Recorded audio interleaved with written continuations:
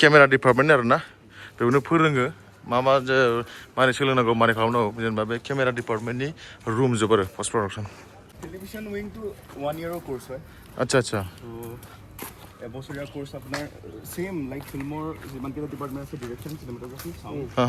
গোটেইকেইটা ডিপাৰ্টমেণ্টে আছে খালি এবছৰীয়া কোৰ্স আচ্ছা 1 year course কিছুমান এনেকুৱা মানে বহুতে নিবিচাৰে যে 3 বছৰ ইনভেষ্ট কৰি মানে বিচাৰে 1 year কোৰ্স কৰি যাব পাৰে আচ্ছা এইটো টিভি বিল্ডিঙৰ ইয়াত সাউণ্ডৰ পৰা আদি কৰি গোটেইখিনি ডিপাৰ্টমেণ্ট আছে এইটো একাডেমিক অফিচাৰ বিল্ডিং আচ্ছা এইটো नैबे टेलिभिजननि माबा जाहैबाय आरोना एकाडेमिक ब्लक बेवनो नों टेलिभिजननि कर्सफोरखौ खालामनो हागोन 1 yearनि आरोना नों लानो हागोन बे बिल्डिङा बेनो जोब आरो এইটো एकाडेमिक अफिस एकाडेमिक अफिस बियो अफिस जाहैबाय बे एकाडेमिक बे बुस्थुआनो आरो दंजोबो नोंथांमोना नायनो हागोन नैबे लाइटिं टीमनि जेनेबा टीम दंना मोनसे लाइट बेनि रुम आरो बे नै बिसोरो बेयावनो दं स्टुडिअ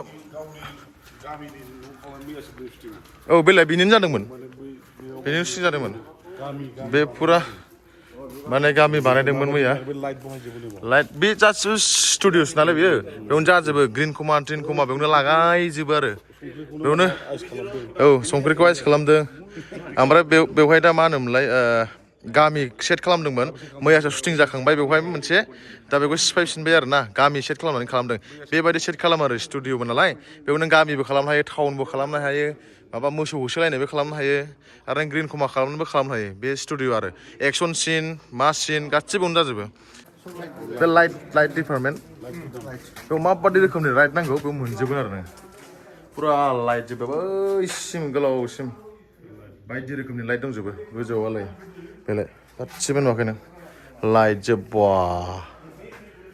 फुरा लाइटनि सेट जोबो बेयाव इउस जाजोबो बे लाइटआ गासिबो लाइटआ बेयाव इउस जाजोबो गोजौआव नोंथाङा माबायदि मोनदों गोजोननाय मोनदों माने दिनै केमेराफोरखौ नुनानै बिराद फाग्ला जादों आरो आं केमेराखौ नुनानै फाग्ला जादों होननाया जादों माने बे क्रेनखौ नुबाय क्रेन फट' लाबाय औ क्रें नैबे क्रें बे क्रेना केमेरा बेयाव गाखोयो बे फुराना केमेरामेना नालाय जों गोदो बे क्रेनखौ बे क्रेंआ बे जों दा बड'सामोन सारनि समनिफ्रायनो दं बे क्रेंआ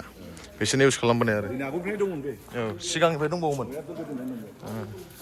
बैयाव मानसिया गाखोयो बेनिफ्राय ट्रलि सिस्टेमाव जिमि सिस्टेमाव खेबबोयो आरोना बिसोर बुस्थुखौ इयाव जिरायगोन इयो आदा जिहुलमोन जिरायग्रा सोरांमोन जिरायग्रा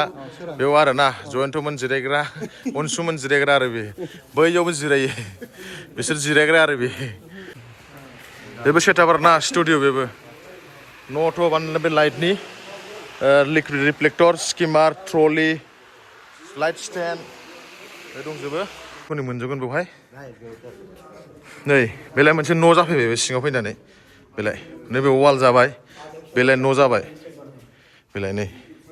न' सेट खालामो आरो बिदिनो एक्स्ट्रा फैकल्टी होंगे यहाँ पे पढ़ा के उनको फिर कैसे कैसे वो शॉट लेते हैं लॉन्ग टेक का उस तरह से उनको पढ़ा के फिर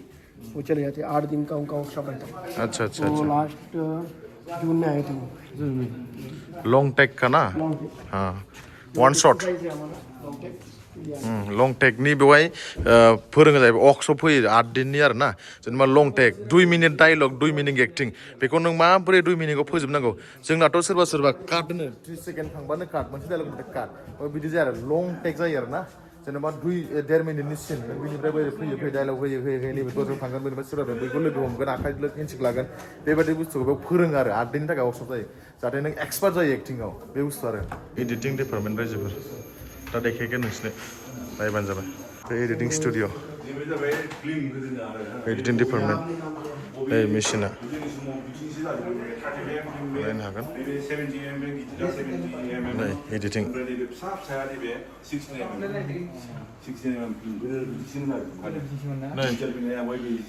गोदोनिया रिल्सजोंसो जाजोबोमोन बेलाय कालार बे नेगेटिभ नैबे फिल्मा नेगेटिभ बे गासिबो नेगेटिभ नेगेटिभ पजिटिभ नैबे मोजां माबा हिन्जावफोरना पजिटिभ ओमफ्राय नैबे 35 70 mm फिल्म नैबे गिदिरा बे गिदिरा 70 mm फिल्म बे 70 mm ओमफ्राय नैबे 16 mm ओमफ्राय नैबे 8 mm बे फर्मेट दं नैबे साउन्ड साउन्ड ट्रेक आरो बे साउन्ड ओमफ्राय नैबे साउन्ड ट्रेक नैबे साउन्ड ट्रेक नैबे बेफोर माबा साउन्ड ट्रेक आरो बे नैबे नेगेटिभ आरो बेफोर गासै नेगेटिभ गोदोनि सिनेमाया बिदि जाजोबो एडिटिंआ बेलाय नै फिल्म शुटिं खालामनाय नालाय नैबे एडिटिं खालामो जों मेसिन माबा मुभिया लानानै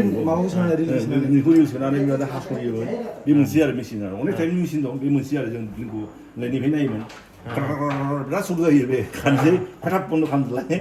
मार्क होदोलाय ओमफ्राय बोखारनानै मार्क होबाय ओमफ्राय आरो बे नायनोसैलाय बहा माने फिजिकेलि हास'योमोन खेमसि माने हास'ग्रा दं आरो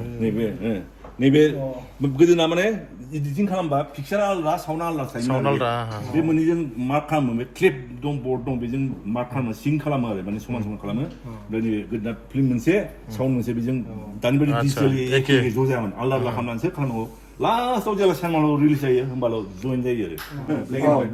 बे नैबे साउन्ड मोनसे आरो साउन्ड ट्रेकार खालामसै नैबे साउन्डआ नैबे साउन्ड ट्रेकार बे मोननैजों मार्क खालामसै एखेल' खालामसै ओमफ्राय बेजों रै खालामनानै खालामसै जै काट खालामनांगौ रै खालामसै काट खालामदो मार्क होलायबाय मार्क होनानै उनाव माबासै आरो हास'नोसै आरो उनाव बे स्टिन पेकार नैलाय मनिटर दं माने लाइट दं लाइटआ प्रजेक्टर सुब्रानै गोदोनि जाजोबोमोन आरो बेवहाय माबा नैबे स्प्लाइसार नैबे जइन खालामग्रा स्प्लाइसार बे फिल्मखौ हास'नोसैथ' नैबे माबाय नैबे हास' जेनेबा आं बेयाव मार्क होबाय जेनेबा नैबे मार्क होनाय दं बेखौ ओरै बसायनोसै आं ओरै बसायनानै बेथ' ओमफ्राय ओरै खालामसै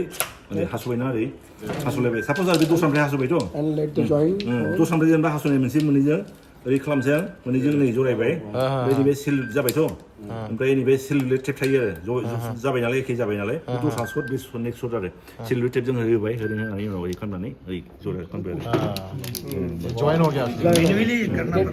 ओमफ्राय आरो नैबे खालामो नैबेखौ बेजों खालामो बेबो नैबे मोननै फिल्म खालामनानै माबाजों सिमेन्टजों आरो बे मोननैजों फिल्म खालामनानै दाथ' नैबे टेपजोंसो जइन खालामनाय नैबे सिमेन्टआ माने गलि होयो आरो लिकुइड होनोसै थ' बे फिल्म मोननैखौ माने एसे खालामनानै गलि होनोसै ओमफ्राय गलि होनानै सिमेन्ट माबानानै ओरै खालामनाय जाबाय आरो बे ओमफ्राय नैबे सिं आरो जेनेबा नैबे माबा 35 mm साउन्डआ नैबे गोदोना बे साउन्डआ नैबेसिम मेगनेटिक ट्रेक आरो बे साउन्डआबो थायो फिल्मा बे थायो सब समय आलादा आलादा खुनु नङा खालि फाइनालि बे जेला फिल्माव देखायनो सिनेमाल' होमबाल' जमा जायो नैबे बेसेबां 35 नैबे 35नि नैबे 35 बेबायदिनो 35 नैबेनि 35 फिल्मखौ बेबायदिनो सोयोमोन मिलायो आरो सिं खालामो बे माबा बेबायदिनो बे माबायो फिल्मखौ मोननैजों माने ज' खालामनानै खारनोसै नालाय समान खारजोबनोसै आरो बे नोंथांमोना नुबाय एडिटिंआ मारै जायो नों नुबाय नै सार जोंनाव साराबो बिनिफ्रायनो सोलोंनानै थांखानाय नालाय गोदो बेनो फिल्म खालामग्रोगा नालाय जोंनि बर'नि फिसार फिल्म क्लास खालामो नालाय दा नोंथांमोननो खोन्थाबाय माबोरै जायो मारै जइन जायो मारै जायो दानाथ' जोंना एडिटिं जेनेबा मावसोलांबाय ओमफ्राय ओरै दसेनो जायो गोदोना बिराद खस्थ'मोन ओरै लाबोलायबाय हास'लायबाय टेप लागायलायबाय बेयाव थांलायबाय सिमेन्टजों बिदि जायो दा नोंथांमोना नुबाय जानांगौ नलेज मोनबाय जानांगौ गोदोनि प्रजेक्टरखौ देखायनोसैलाय गोदोनि प्रजेक्टर जा गिदिर प्रजेक्टर ओरै थाबाय देखायबाय ओरै देखायहरबाय डाइरेक्ट प्रजेक्टरा बेसे गोदोनिया जा गिदिर नुवाखै नों फुरा मेनुवेल गोजा जोब गासिबो नै बेजोंहाय बे गुदुं जायोमोन नालाय माबायोमोन नालाय बेजोंसो खालामो नालाय नै बेजों दा उखुन्दै गलांग्रा बे उखुन्दै गलांग्रा आरो ना बे अर माबादि उखुन्दै खुजोबो जाहैबाय बेजों ओरै उखुन्दै गलांग्रामोन बेयो फोरखौबो नायबाय बिराद गिदिर प्रजेक्टरा नुखाबाय दा नोंसोरो माबायदि जायो मेनुवेलि उखुन्दै गलायग्राबो दंलायबावोमोन मिथिगौ प्रजेक्टरा फाग्लासो दानाथ' 4K 8K मा मोनो क्लास रुमखौ देखायनोसै आरो ना पुरा डिजिटेल क्लास रुम आरो ना बेयो प्रजेक्टर दं नैबाव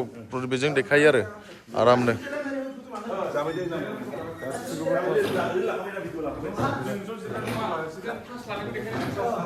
आरामनो 1982 आं बे जेला फिल्म जइन खालामदोंना प्रथमनो जोंनि बे रुमानो मेइन क्लास रुममोन आरो जोंनि ओमफ्राय बेयावनो दाजासे जायो बेबायदि 1982 दानिफ्राय बेसेबां 43 बोसोरनि आबायाव बेबायदि जनानै जों दा नुबाय क्लास रुमखौ माबायदि क्लास जायोमोन जायामोन जोंनाव साराबो खेनसे फोरमायना होबाय नोंसोरनो दा नोंथांमोना नुखाबाय जानांगौ दा बुजिखाबाय माबायदि क्लास जायो क्लास रुमा माबायदि गोदोनिफ्रायनो दं बे क्लास रुमा केम्पासआ बेनो आरो ना ओरै गाहाय हाजोसो बुस्थुआ गोजौ गाहाय आरो नैबे जोंना बसआ बेनो दिनैनि फाइनान्सारा बेनो जोंखौ जाहोगोनाबो बेनो गासिबो जाहोजोबगोन अमाजों जाहोगोननो दे नारजिबो दा बरिया अनला गैया अनलाबो दं ओमफ्राय मा बाथोन होनदों नाफाम बाथोन बरिया जाबाय दे नोंनि अननायाव मोनसे नाफामखौ बिथाङा मेनेज खालामदो रायखांनांलालै रायखांनांला ओरैनो बरिया बरिया बरिया औवा मेवाइ औवा मेवाइ माबा दाउ बेदर अनला बरिया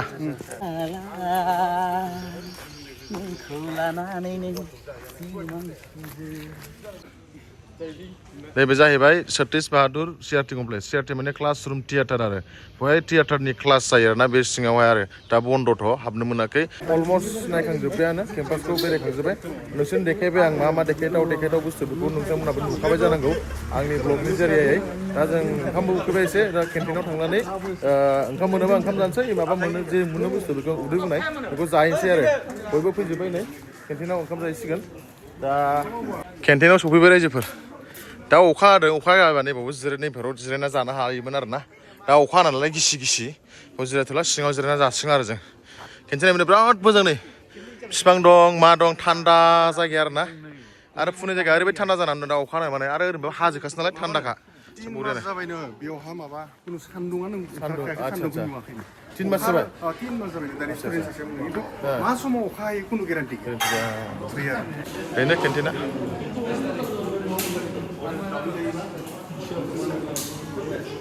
FTI ini केन्टिन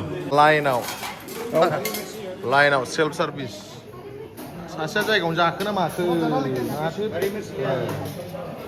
लाइनाव पुरा केन्टिनाव फैगासिनो आरामनो ओइ आदै गोथाव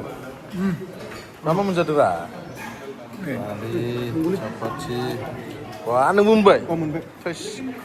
जादो बोरो ओमफ्राय नाफामा लाबोदों जाना हो जानांगौफ्रा नों जालायबाय रायगासिफ्रा जावरि दासो मोन्दों गावस्रा जाखांजोबनानै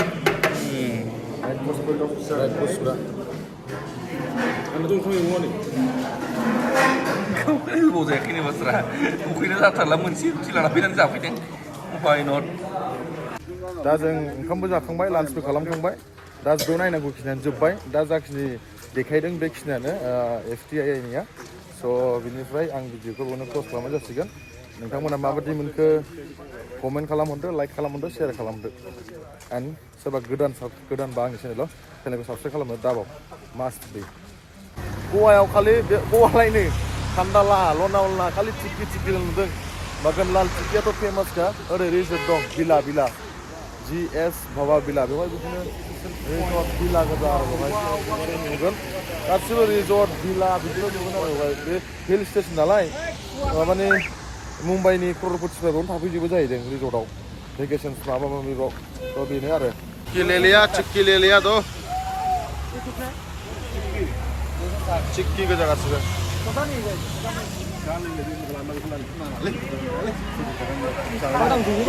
चिक्की लाबाय नैबे चक्लेटखौबो लाबाय गोथावनो बेयो बे चिक्की आरो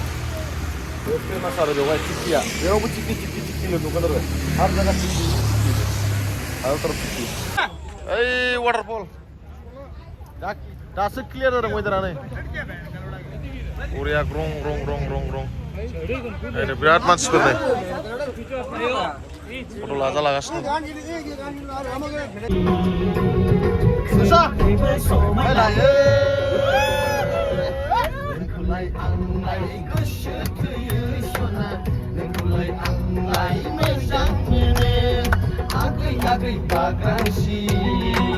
नियानि अखा खुवानै लनावला खान्दालायाव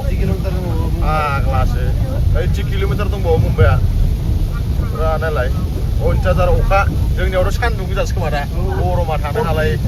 40 आग्लासो नायनाय नों बहाय